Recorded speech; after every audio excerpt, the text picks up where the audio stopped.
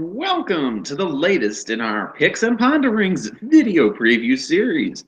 I'm Paul Major of Picks and Ponderings. I can be found on Twitter at HeyLaserbeam and as part of the joint at Picks Ponderings account.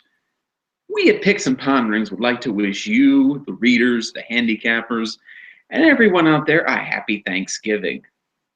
We'll take a moment to mention that we'll be continuing the video previews despite the pro-writing feedback. We'll continue our video previews until myself, Paul, has a clean bill of health. Lousy hand injuries. But we at Picks and Ponderings have a handicapping feast in store for the Thanksgiving weekend.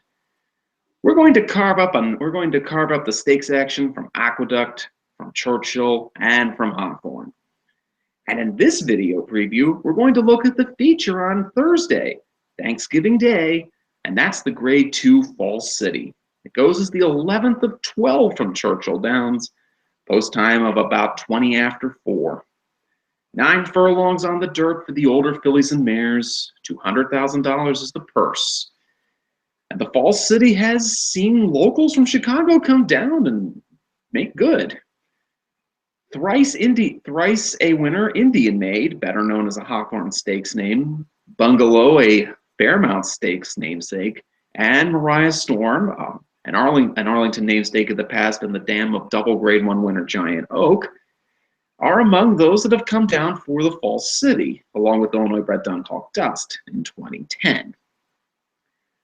13 will go a baker's dozen of 13. No, we're not baking those rolls you have with your Thanksgiving dinner. We're baking up 13 in the Falls City.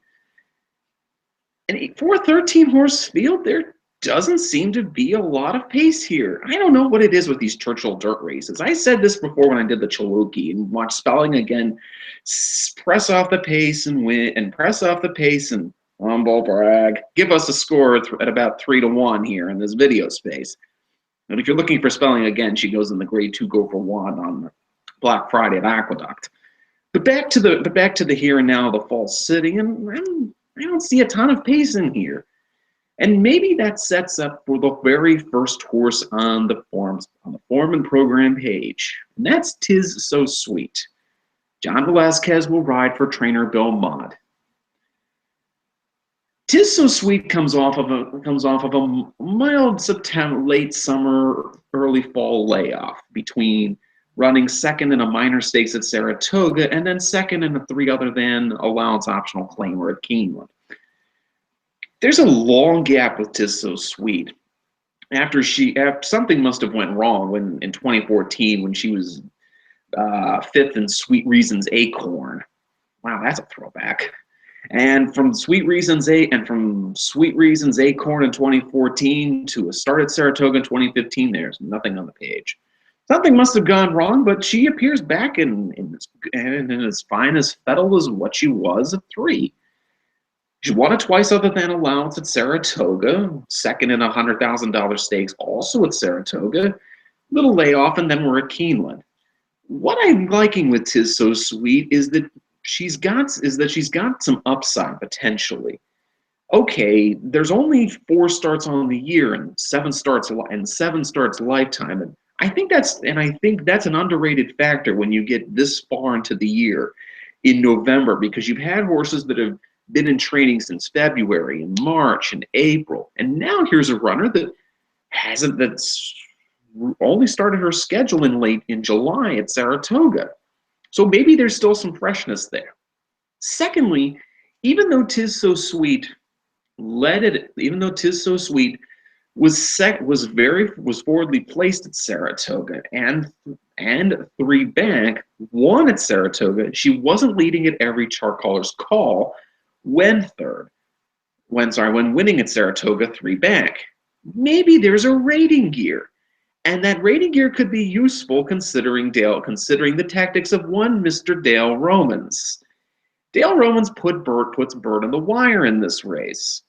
Bird of the Wire was last seen running a dud of a race in the Grade 2 Chaluki, a 1-turn mile. So, thinking Bird of the Wire needs some pace, Let's enter Gambler's Rose, who's been treading water and non-winners of one allowances as a forwardly placed type. So, if Gambler's Rose would be a rabbit, why pick another speed horse? Pick one. Well, let's go back to that third. Let's go 3 back at Saratoga, where we did not lead at every call. That shows a potential rating here. And in a distaff division where people clamor for a star, I mean, I once saw an article after the Chaluki saying, spelling again could be the next distaff star. No, it's because the distaff division is very average. The distaff division isn't a very good division. There's no Rachel Alexandra. There's no Haver de Grasse. There's no Zenyatta. There's none of those horses running around, and it's a group that takes turns, and maybe a horse like Tis So Sweet that's bubbling up from the Saratoga and Keeneland allowance ranks can make good in this grade too. She's 5-1 on the morning line, so I'll get a little bit of price here, and maybe I'll be stuffing my wallets with this daughter of Tis now. Another horse at 5-1 I like on the morning line is at the other end of the field, and that's the number 12, Chide. Chide went third off the layup last time in a twice other than allowance over this same Churchill surface, and won by 4 lengths, beating fellow entrant No Fault of Mine. 2 back Chide chased around Sarah Sis, an Arlington-based horse that was 4th in a very solid running of the Grade 1 Ballerina, going 7 panels, and won the Grade 2 rated run at 7 furlongs last time out. Maybe Sarah Sis has turned into a really nice 6 to 7 furlong horse, so perhaps Chide's run at 7 isn't as representative. 3 back Chide chased around Super Majesty in the Dogwood, and Super Majesty was a horse good enough that people were thinking Breeders' Cup Filly and Mare Sprint for Super Majesty. But Chide has run some okay races at 2 turns. She's chased around the better horses of the early season 3-year-old crop, the ones named I'm a Chatterbox and Carolina and include Betty. So she's been in the same zip code as them. She's also got some good form over the Churchill surface. 4 starts, 2 wins, 2 seconds. And that makes sense considering her sire, Blame, the same Blame who had his shining moment in the 2010 Breeders' Cup Classic, and by the way, before that, won a little race called the Clark Handicap in 2009. Blame loved Churchill Downs as a horse. Blame loved racing over Churchill Downs, and it looks like he might have passed that affinity for Churchill onto his progeny. Chide makes sense in the Grade 2 False City. We come perhaps to the horse that's going to be the morning line favorite. We should warn you that this horse is cross-entered. Number 5 Frivolous is cross-entered between the False City on Thanksgiving Day and the Grade 1 Clark that they'll run on Black Friday. This preview is written, or should I say, aired is a better word for it, with the presumption that Frivolous will stay against her own gender and go in the Grade 2 False City. Disclaimer, we don't really like her in the Clark. But in the case of Frivolous is a horse like those ones we mentioned at the very beginning, those Mariah Storms and Dunk Augusts, that have a little bit of an Arlington connection. Once upon a time, she was second in the Grade 3 Arlington Matron. Hey, there's a Chicago connection for you. Gotta have one of them. But Frivolous has run relatively well this year. She took a couple starts to get into form. A Churchill 3 other than allowance and the La Tran weren't up to snuff, but when placed into races like the Grade 2 Fleur de Lis, or the Grade 1 Delaware Handicap, or the Locust Grove, or even the listed Locust Grove, she ran much better races and ran quality stuff. Second in the Grade 2 Del Cap, and beat competition that's probably beneath her in the Locust Grove, a listed stakes over the same Churchill surface.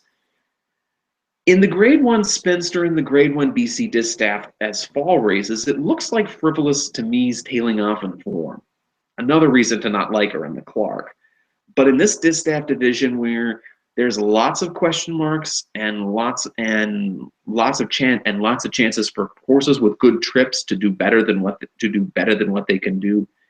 Maybe Frivolous, who won't get a ton of pace to chase around in the Grade 2 Fall City, can make good and get up for a piece. We do like this one's affinity. We also like this one's affinity for Churchill as well. 7 starts and 5 podium finishes. So in the Grade 2 Falls City, the 11th of 12 races on Thanksgiving Day at Churchill, we like the number 1, 'Tis So Sweet, at 5-1 on the morning line. Over the 12, Chide, also at 5-1 on the morning line. Our third choice will be number 5, Frivolous, at 3-1 on the morning line. We mentioned how there's a little bit of a Chicago connection to the Falls City, the Mariah Storms and the Duncalf Dusts of the world. We also mentioned how Chide is a daughter of Blame. Blame likes Churchill. Those two things intersect on number 7, No Fault of Mine, quoted at 12-1 on the morning line as our long shot to watch. And No Fault of Mine got on a lot of people's short lists for the Kentucky Oaks last year, won second in the Goldenrod. After the Goldenrod, she disappeared into injury. She came back in a never won one allowance at Arlington and beat a group that was pretty much beneath her. Beating the likes of a Church Road in this race does not get you flattery points. Church Road in this race would be about a squillion to 1. Well, I can't think of how many squillions there are. My calculator doesn't go that high, but the idea is that she'd be absolutely nothing in that first level allowance at Arlington with respect to this field. 2 off the layoff was last time out for her, and she was 4 lengths behind Chide. Now, Chide last time, remember, we picked second, was going third off the layoff. This time, No Fault of Mine goes third off the layoff. So maybe No Fault of Mine going third off the layoff can make up that 4-length disparity that she was beaten by Chide last time. I really don't think Chide is 4 lengths better than No Fault of Mine.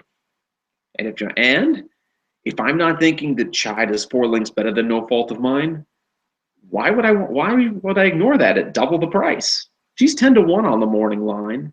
And keep in mind, guess who trained Duncalf Dust when she shipped down for a Falls City? Chris Block. And she's training No Fault of Mine. Connections you can know at a high price too.